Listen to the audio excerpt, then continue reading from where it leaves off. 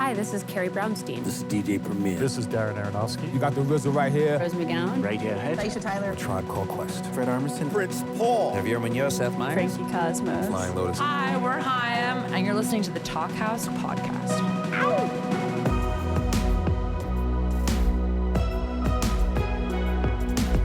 Hello and welcome to the Talkhouse Podcast. I'm Josh Modell. For our first episode of the new year, we've got an unlikely pairing, which is one of our favorite kinds of pairings. But it wasn't exactly our idea to connect Michael Vincent Waller and Lex Luger. It was theirs. The contemporary classical composer and the extremely prolific hip-hop producer made a really cool record together that came out in 2021 called Classics. Waller is not your typical classical composer. He's a real musical searcher. His compositions range from avant-garde to minimalist to slightly more classic-sounding classical music. But over his career, he hasn't stayed in one place musically for very long. He made a record back in 2019 with electronic producer Jalen, which you may have read about in an interview with the pair on Talkhouse.com. So maybe it's no surprise at all that Waller didn't let genre get in the way of his love for hip-hop when he reached out to Luger for an assist on Classics, which I should note is credited to MVW rather than Waller's full name, in case you have trouble finding it on your favorite streaming service. The two collaborated on the music, as you'll hear, and they brought in a bunch of voices to help flesh things out. Check out a bit of Still Do, which features Valley on the mic. Still do, get the guap, we still do. Bitch won't hit up 90210, the shop, we still do. Hit the bitch from back and get that hoe right back, I still do. Count guap in my living room, Glock for who tryna steal loot. Foreign condo, still do, get the guap, we still do. Now, Luger has had an incredible career in hip-hop. For the last decade plus, he's been a go-to producer for some huge names, starting with Waka Flocka Flame, who he connected with via MySpace, and Rick Ross, but running through tracks by Jay-Z, Kanye West, and Snoop Dogg, among many, many others. He famously used to make hundreds of beats at a stretch. If you didn't like one of his spooky trap sounds, he had a dozen others ready for you. I guess the place that Luger and Waller might intersect is that Luger's beats often feature symphonic elements. They can sound at times like horror movie scores. In this conversation, Luger and Waller talk about how working together affected them. It was more than just another job for Luger, who feels like he'd learned something valuable from Waller's acoustic-first approach. They also talk about what music actually means to them, which is a very Talkhouse-friendly subject. They clearly want to work with one another again, which says something about the deep connection they made on Classics. Enjoy.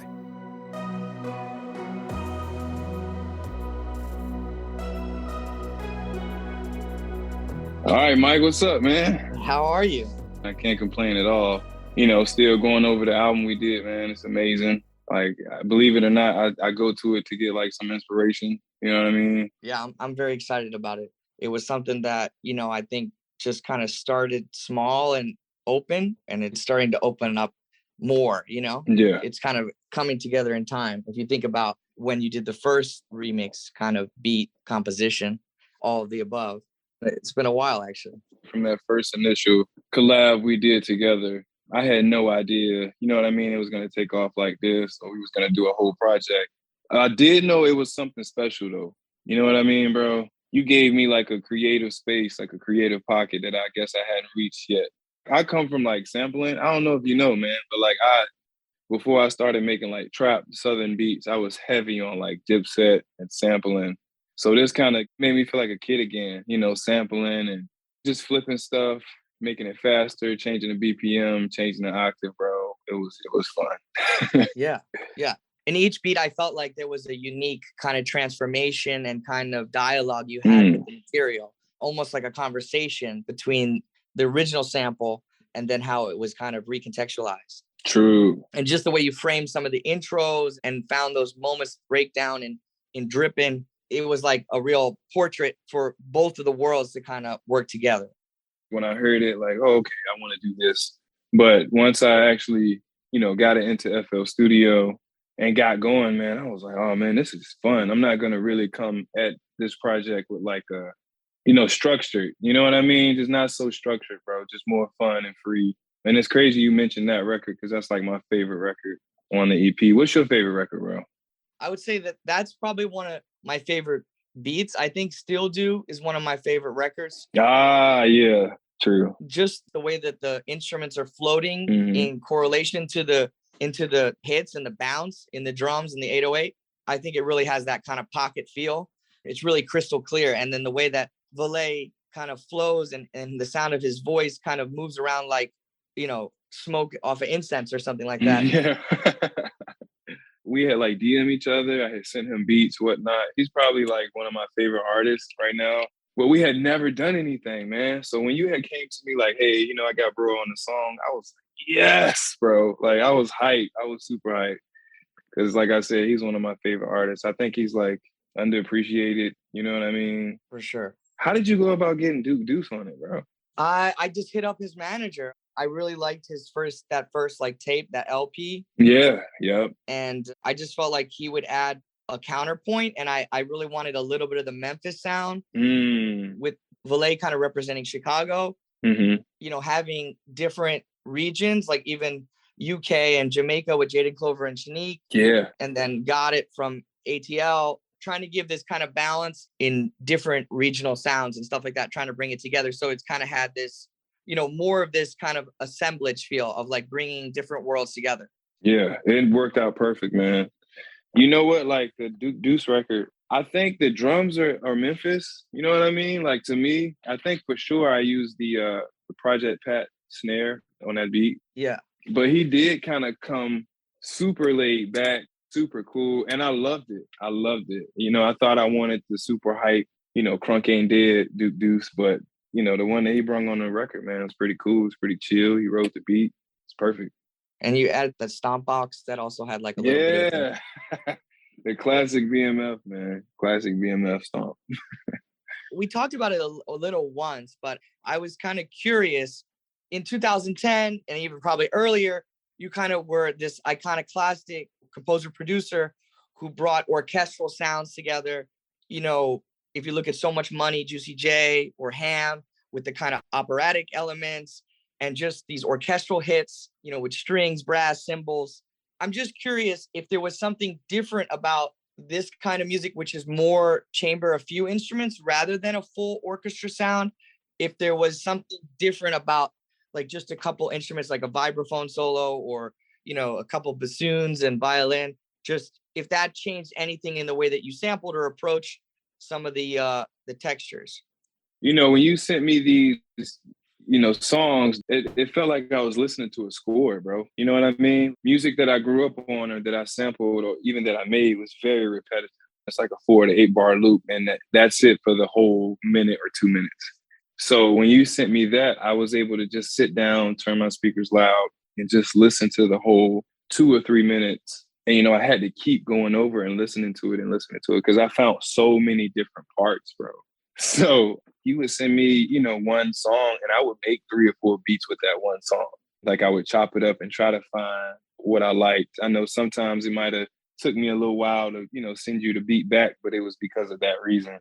You know, just trying to figure out something that I really liked, something that would please you too as well and the fans. So I do think I had to use my brain a little more with this one, like I said, because it just wasn't repetitive, man. Like it felt like each song that you sent me was just sent me on a roller coaster. I would go up slowly, then come down fast and do a turn and spin. You know what I mean? So it gave me a certain appreciation for classic music again, bro. You know, because like the way you just broke down kind of how I use bells and orchestras and, you know, I was 17, 18 at the time, man. So I didn't look at it like that. Yeah. Like I was just having fun making music. So after the Hard in the Paint and the Ham and the Rick Ross records and all of that, the fun got taken out of it. You know, everything kind of felt like a recipe, just going in there, clicking in buttons and stuff. You didn't really pressure me, give me a deadline and whatnot. And, you know, I was able to be free, man. So this was like a breath of fresh air in this project. That's really humbling. I'm really happy to hear that. Oh, yeah, for sure, dude, for sure. That's interesting that you say that. And that's kind of related question to bringing up that kind of period was when maybe you discovered this new world and you kind of innovated this sound. And then shortly after, there was a huge phase of emulation. It became like an iconic sound where the future of music was headed, and that kind of shift in the direction you were creating. Yeah, it blew my mind. Did you feel like you had to innovate or reinvent yourself or try to change because it was becoming emulated?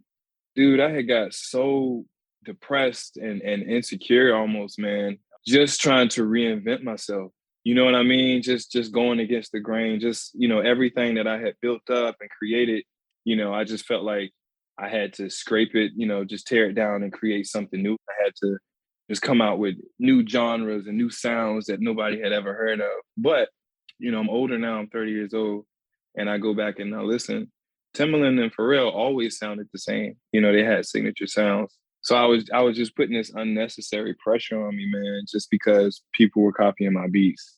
And, you know, I look back now like, man, I was so young and dumb. You know what I mean? If I would have just stayed focused. When I came in the game, bro, all the old producers was hating on me, saying, you know, I wasn't a real producer. He's just making beats on a computer. It's not real, da da da da. So yeah, like I had a lot of epiphanies and shit, man. So I did for a long time think that I had to like reinvent myself and just be different. And I feel like that kind of held me back, you know, but thank God for my fans and my industry friends, man. They kind of hung in there with me. Shout out to A$AP Ferg. You know, I was really down bad at one point, and then he dropped the Let It Bang song with Schoolboy Q, which was, you know, a little different from my style, different from trap. So it kind of gave me a little bit more confidence. But to answer your question, yes, bro. I still battle myself like, hey, you know, you should make something new. You should try this, man. But like, if any producers are listening now, you have to understand, man, like when you come out with a sound, those people want that sound. Like if I would go play Waka, like some pop record that I had made, bro, he would look at me like, what is this, dude? Like, where's Trap Luger at, man? So yeah, like any producer out there, man, own your shit, man. Don't be insecure about it. Don't be ashamed. It's your sound, man. Own it. Be proud of it. I think that finding your voice is the hardest part. And, you know, once you trust that, then I think, you know, something like almost like a higher force is in control, like kind of guiding you. Exactly. Yeah. Yeah. Is that how you move, bro? Is that like, how are you with it, bro? Because I know, you know, it's almost like we're in two different worlds as far as music, but how do you deal with, you know, the pressure of like a fan or, you know, maybe your peer or whoever, man, it might put a little negativity or, you know, a little push in your ear. How do you deal with it? I would say that it's those times where you feel the tension, that sometimes it's those leaps of faith or those breaks where you're changing your way of thinking. And those are probably the best times when you're probably getting the most flack. I'm always very intuitive about everything. And I try to be like responding to the process by like just not knowing what's going on, just kind of clearing my mind and being receptive to the sound and listening and responding. And that's the way I kind of compose is I'll sketch at the piano, I'll write things down, I'll orchestrate at the page, you know, written, but it's a very intuitive process that builds over time. And I remember in 2012, I kind of shifted away from what would be considered a little bit more contemporary or what was deemed cutting edge, very experimental sounds that you do hear in some movie scores and like extended techniques, as they call them. I kind of went away from that prevailing trend to compose music that was just in my soul and my heart, like the melodies that I wrote at the piano that my grandma, you know, inspired in me when she was improvising and couldn't read music and would just play by ear. So, you know, those kind of more intimate musical experiences is what I tried to channel into my sound. And then eventually I felt like I found a voice because I stopped trying to do anything, right? Yeah. It was just about whatever my energy on this earth was really meant to do. And then I felt confidence, like, okay, this is a voice now. This is my style. This is my sound. And for about, you know, 7 or 8 years, I felt pretty confident in writing each piece in the sense that I was like, I knew I could just trust myself. And that's kind of where it left me up until right into the pandemic. I did some electronics in 2009 and 10. And then I put the computer down as an instrument and I went to score and only acoustic instruments and recording, you know, and having like, you know, acoustic concerts for, you know, almost 7 or 8 years. That's dope. But like, you know, it just as a kind of almost like putting on the blinders so that I could work with subtle sounds only on instruments that you could really never recreate electronically. It's like the vibrating string is just too organic to recreate. And I think that's one of the coolest things about this project is all the samples are 100% studio recorded acoustic instruments. I was listening to the songs, you know, you would send me and it was moving me, man. You know what I'm saying? Like my girl, my old lady would come in here and be like, you know, who's that? Like, what's that? I'm like, man, it's amazing, right?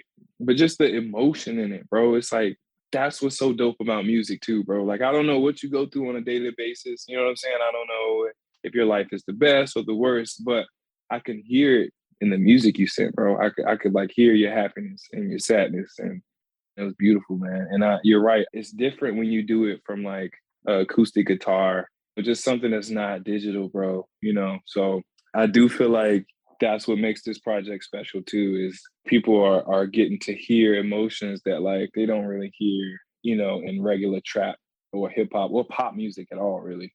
Wow. I mean, yeah, that's kind of like, I think the coolest thing you could say, right? Like that you're hearing new emotions and kind of hearing new feelings. Like that's what I think is the coolest thing about making music in general, is new feelings and like exploring, like you said, some sort of balance between happiness and sadness, and you know, and it's a journey kind of like that you don't understand. Exactly, yeah. Like when you was working on it, man, did you like wake up every morning? Did you like eat a bowl of Apple Jacks? Like what was your what was your everyday process for this? So it was definitely like in stages. I think, you know, Survey Says really kind of was the first and longest stage. It probably took me about 3 or 4 months to develop my voice with mixing and doing creative arranging and songwriting. Really, Survey Says was arguably my first song that I ever wrote, compared to like a piece, you know, and those distinctions don't mean that much, other than a song usually has some sort of chorus, verse, chorus structure that's at least observable and has chords that are a little bit more visible, where in composition, you don't have to have any sort of restrictions in terms of form. So being able to figure out how to work in that pop conventions and just like songwriting conventions was kind of the first really big exercise. And then I really started to get excited about adding sound design, adding mixing techniques and blurring sounds and kind of creating new sounds, and then rearranging certain bars and lyrics and creating new sections just from stems. That became really exciting for me. I couldn't write the lyrics or have really developed that kind of content, but I could work with the lyrics that were written by a lyricist as an instrument, right? It became like another instrument that I could compose with.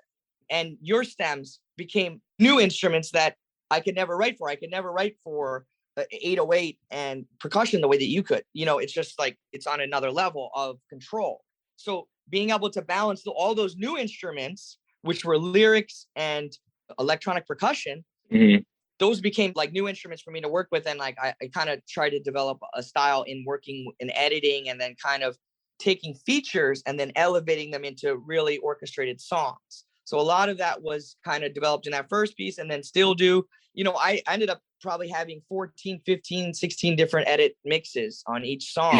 Oh man, that's crazy. And you know what, Mike? Like if you wouldn't have never told me this, bro, I would have thought that you were Mike Dean at this shit, bro. You know what I'm saying? Like that's how when I heard that album, bro, I was like, oh yeah, bro, know what he's doing. He's been doing this for a little while. You know, so you telling me all of this info, I'm like, holy shit. You know, this is good for a test run. It sounds like for you, or just experimenting, man. Like it's amazing. It sounds amazing. Well, thank you. I mean, I put 10 years into that, and every day when I'm making an album, I think about the album. So that's the answer to your other question earlier. Is every day I thought about, hey, what is happening next? And maybe that's like, oh, I need to email Shanique and see this. And then it was more like, you know, kind of breadcrumbs with you, like, you know, what's next? Maybe we need to, you know, because really we did it over a course, you know, it was like November really was when Still Do was recorded. Yeah, we went crazy. Like, I guess at first it was kind of, you know, you do one song, you know, and we kind of holler at each other every couple weeks or months. But yeah, closer it got to the release date, we just banging them out. Banging them out. Yeah. Man. So let me ask you this, if it's okay. I don't know if you want to let everybody know. Sure. What do you use? Like, what's your go-to keyboards, your analog? Like, what do you use? Usually I use an upright piano or a grand piano. Okay. That's my preference, right? To be like on an acoustic piano. Mm-hmm. And then if it's keyboard or MIDI keyboard, you know, sure, I can work on that as well. But I wouldn't consider myself a keyboardist. I'm more a pianist composer. And then the page, you know, like writing notes, like kind of transcribing what I'm playing. You know, I'll improvise and kind of just play for an hour and then maybe there's one chord or one melody that really strikes strikes a chord, no pun intended, back with me. Yeah. And then I'll just write that down, and maybe I'll eventually add instruments on top of that melody, but that's going to take me months to develop probably. So a lot of what I do is definitely slow and kind of painstaking. That's what makes a great project, bro. That's what makes a great artist, I feel like. It's that time, man. That time that you're willing to give that nobody else is, When something's meditated on and given space and time and like kind of balance and perspective, all this, through time, it shows in the work. I think it's, you can tell something has all that TLC in it. You know what I mean? I made sure I sent this project out to like my father, my mother, my sister, just saying like, hey, I'm kind of holding this project close to me. You know what I mean? This is a project that hits home for me, and I sent it to all of them, man. And they were just amazed at, I guess, how I've grown musically. I made sure I told them I didn't play, the Beethoven stuff, but they were like, oh man, it's still, to hear you, grow from like, a Taylor Gang to like those records up there, man. It's insane. It's insane. So you could hear it. You could definitely hear, I guess, the experience. That means a lot to me, that you would share it with your family and it was something kind of close to you. Oh yeah, bro. I'm humbled, bro. Like I appreciate you for working with me. You know what I'm saying? I know I'm Lex Luger and all of that, bro, but I'm not at the end of the day. I'm still Lex, just out here making beats, bro. So it's an honor to work with you. You feel me? To have your musical intellect, you know what I mean? I work with a lot of people, but they might have been more famous and successful, quote unquote, to the average human being. But your musical intellect, bro, I feel like by far, you're a lot smarter than a lot of these niggas out here. So kudos to you, man. Respect. Appreciate that. Yeah.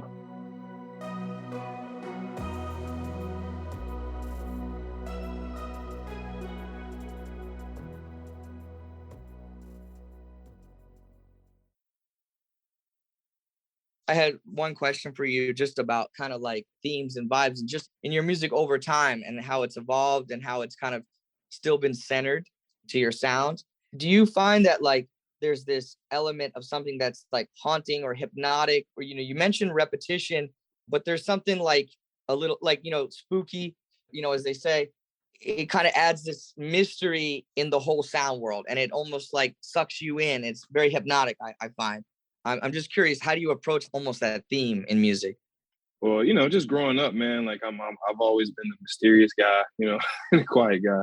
But I honestly don't know. Like those type of questions, I might just cop out and be like, "Oh, it's God." Yeah. You know what I mean? Which it probably is. It's just a blessing. But I'm a quiet dude, man. You know what I mean? I have my own demons. Everybody has theirs. That I deal with. I might deal with them differently than other people.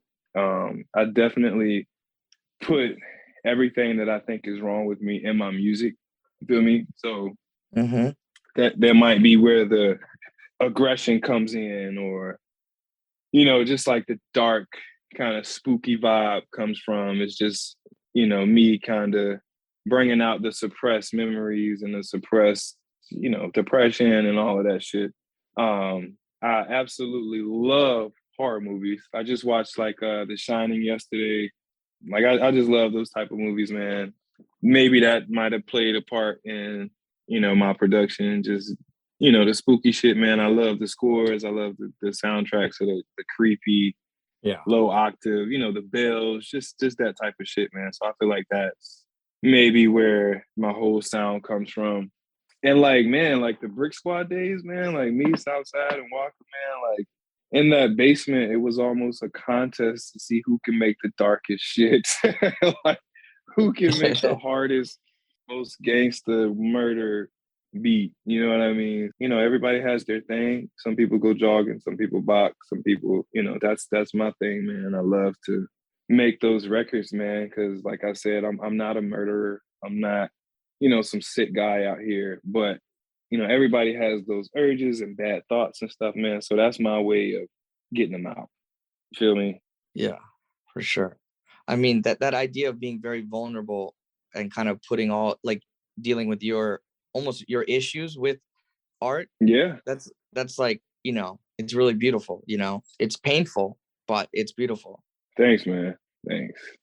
At one point, I had made it, quote unquote, and, I got the songs on radio. I just noticed like my beats started to get more and more happy and almost just regular. You know what I mean? Like the 808s weren't hitting as hard. I had, of course, bought more equipment and, of course, that changed my sound. And I just remember thinking like, damn, I got to get back to me. I had been watered down. I felt like all of these producers were telling me, you got to get the Nico keyboard and you got to get this, you got to get that. And, it didn't help my sound out at all. So, if anybody's listening, man, producers and shit, man, listen, man, stay true to you. You know what I mean? And I'm going to try to give y'all some gems in this podcast, man. So stay true to yourself, man. If that's the sound that makes you happy, you and your friends happy, make that shit, man. Own that shit. I remember my best friend, I had did Harden and Paint for Waka, and we were listening to it in the car, and he just turned it down. He looked at me. He was like, bro, I'm not just saying this because we friends and shit. He was like, man, I have never heard music like your music. Like, I have never heard beats that sound like your beats. No music has ever made me feel like your music made me feel.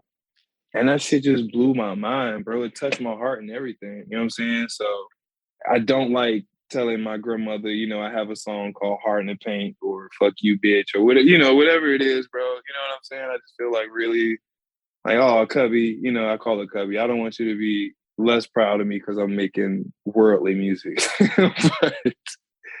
But I've been able to explain to her that same thing I just told you, man. Like, if God wants me, to get out here and make some gangsta ass hip hop, for kids to find a better way, some kid, I just met a 14-year-old dude the other day and, he wants to do music and whatnot, man. I told him, man, if that's going to keep you out of trouble, out the streets, go for it, bro. Go for it.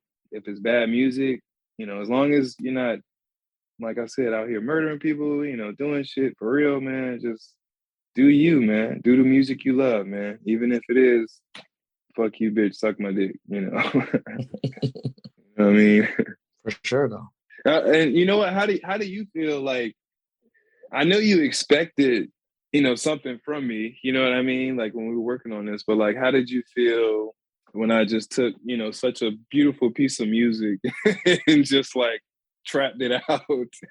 I was in love with the sound. I think that's what I I was hoping that like it was possible that like, instrumental music could sound like really hard trap and really convincing and kind of like fit, right? Like it would actually work. And then as soon as I heard how the melodies were intact and how they were still singing, and I could hear the melodic kind of texture that I was talking about a little bit earlier about how you develop this own way of making melodies and your own style of melody.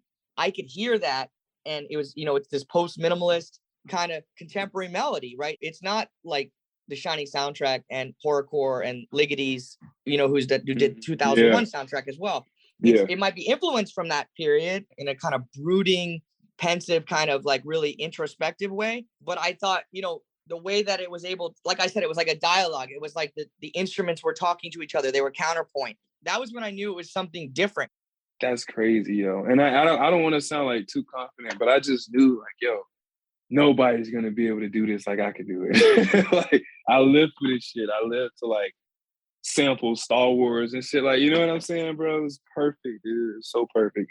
Yeah, definitely one of one in the way that you approach the music. Facts. Thanks, man. Thank you. For sure. A lot of other sampling techniques are smaller chops and kind of, adding layers and stuff. But like you said, sometimes I didn't notice exactly everything until I really looked at the stems, was how you pick different parts and kind of recombine them.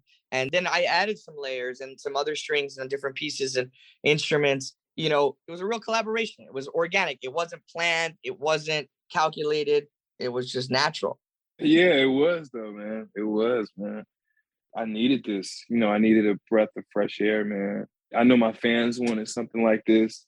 It was definitely out of the norm, but, they were able to hear my production, man, with, your production, your composing, and a new wave of rappers. You feel what I'm saying? Like I've kept the same relationship with the OGs, you know what I'm saying? Juicy J, Wak, Rick Ross. So, to hear Duke Deuce and Lil Got It on a Lex Luger beat, you know what I mean? It's insane, bro. It's insane. So, I listen to it from a fan's point of view. I don't even listen to it, as Lex Luger listening to a project. It's, I listen to it from a fan's point of view.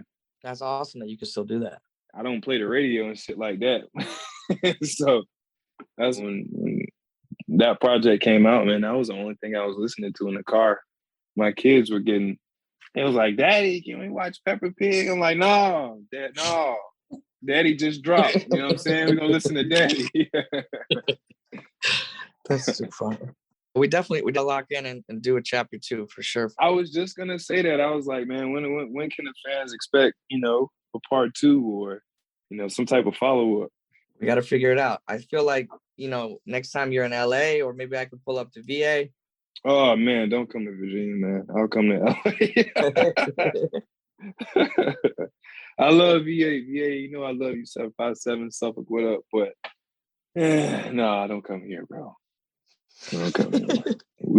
We can do LA. I love LA. There's a lot of good producers from VA. It is. But you know what? They're not even here, bro. They're not even here. But you know what? Timberland had an $8 million studio out here, man. Fucking nuts. Insane. Beautiful. Kitchen, 3-4 rooms, bedroom, workout area. It was lit. Still is lit. But if you was to come out here, man, I could book that for a week and we can just, get that Timberland energy. You know what I mean? That would be next level. Yeah, man. He still got his ASR 10 in there, all his old equipment, Nico computer, man, all of that shit, man. That'll be so. Yeah, we can do that. I'm working on some stuff now. I don't know if I should be saying this, but fuck it. Wiz and Juicy J. Me and Juicy J working hard. So I would love for, I think I mentioned it to you before, but I would love to have you on, this EP or album or single, whatever we're working on. I'm definitely, now that we maybe kind of struck a chord in its own way, and it needs to kind of see where it goes. I think it would be perfect with Juicy J, bro. That sound that, like you mentioned, for sure. Sound, like it would be perfect. Yeah. The whole 3-6 they created that palette that Yeah. I've been talking to Paul too. I think we should do some shit. Maybe, God willing, man, I could be like the golden child, bring Juicy J and DJ Paul back for an album. I know they touring, but that'd be crazy, right? A 3-6 Mafia 2022 album? That'd be crazy. So you got any other questions, man? I think I got like maybe 1 or 2 more questions for you, bro.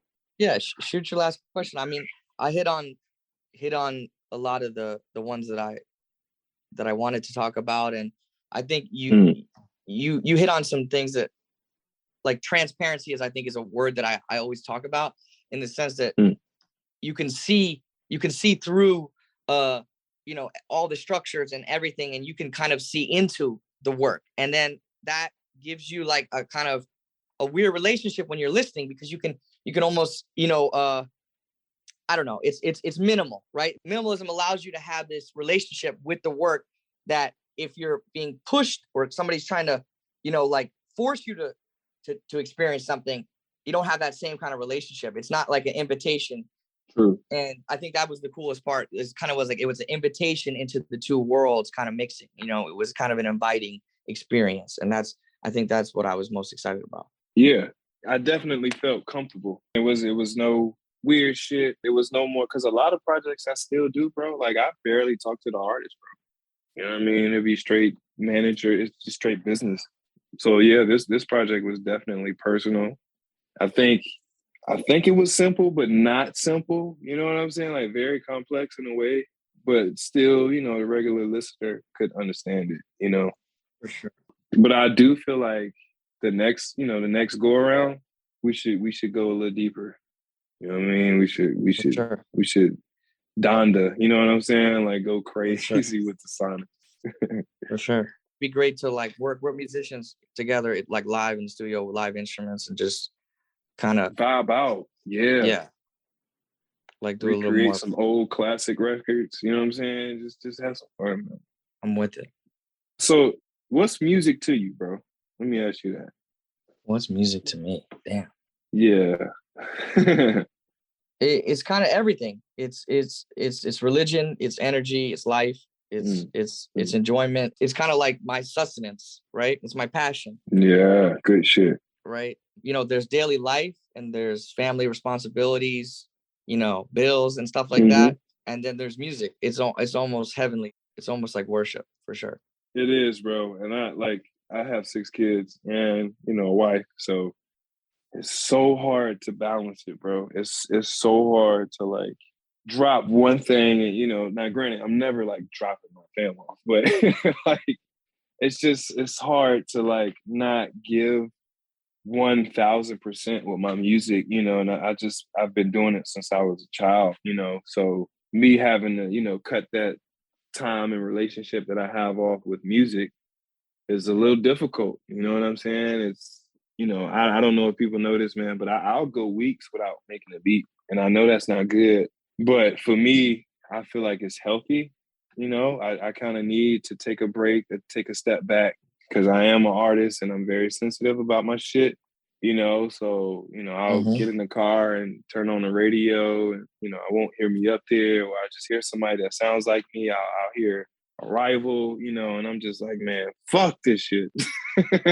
So I've definitely learned how to work smarter and not harder, man. Just, I don't feel like I have to pump out 10 beats a day anymore. You know, for the longest, I felt like, you know, Lex, if you don't make at least 5 to 10 beats today, somebody's going to take your spot, bro. And I just, you know, my oldest daughters are 11 and 12 now. And, you know, there's so much time I felt like I've missed just because I wanted to get on somebody's album. You feel me? So, you know, your project along with the Juicy J projects, I give 110% with those projects. And, you know, after they're done, you know, put them out, get the response. I'm able to chill, man. You know, I'm able to relax and enjoy it. You know, I think I said earlier, like I would just get in the car and turn on the same album, you know, just feeling it, man. Just understanding like, okay, this is what I did it for. You know, this is why, you know, I sacrificed a movie night with my family. You feel me? For sure. I think that's a perfect kind of lasting balance that you're hitting on, is just that family, you know, personal life and that daily life, and how to kind of separate the two and then have them balance. But that was probably the hardest thing for me in the pandemic, was I couldn't really compose music the way I was, because it was all about interactions with people and you know, friendship and you know, and daily life, right? And when daily life got put on hold for me, I had to like kind of break all the molds and try something that I could do remotely and try to do something that was probably in my heart. I loved hip hop my entire life, but you know, I didn't know how I could really get involved, really, to be honest. And just shutting everything down. So, you know, all the tours that I was going to have in early 2020 got shut down. And it was just like, all right, I'm going to push through this and try to just come out new. But, you know, that whole daily life struggle, like that you were talking about, I think of balancing everything, it informs you as an artist, right? And it makes you a rich person. And then that is what you bring back. So if you take 2 weeks off or a week off, you have all this complex human emotion that you've just processed. Now, when you come back to work, it's all there, all that process. And then it's channeled into the work. That's right. Facts. Yeah, I definitely, you know, respect your craft, man. You know, having this conversation with you has made me, you know, fuck with you even more. You know what I mean? I like your outlook on music, man. I like your outlook on life. It seems like you got your head on right. You feel me? So I hope when this podcast drops, man, it really, you know, opens other producers and composers' ears and eyes and mind, you know, to the endless possibilities, you know what I'm saying, that music can provide for you. For sure. That's the nail on the head right there. Facts.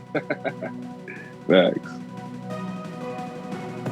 Thanks for listening to the Talkhouse Podcast, and thanks to Lex Luger and Michael Vincent Waller for chatting. If you like what you heard, check out the Classics EP, which is out now.